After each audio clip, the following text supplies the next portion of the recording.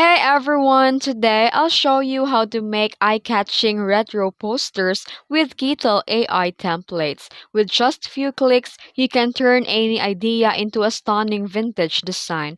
Let's get started. First, open a Kittl AI and sign into your account.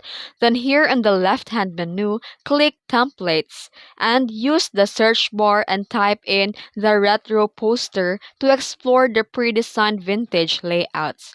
Then you select a retro poster template that matches your style, whether it's bold, colorful, or minimal.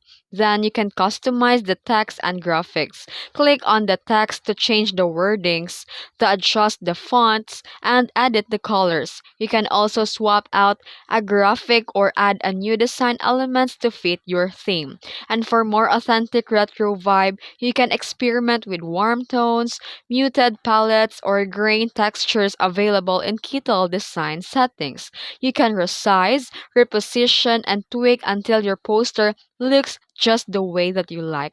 And once you're happy with your design, click download or save your retro poster for print or digital use. And that's it.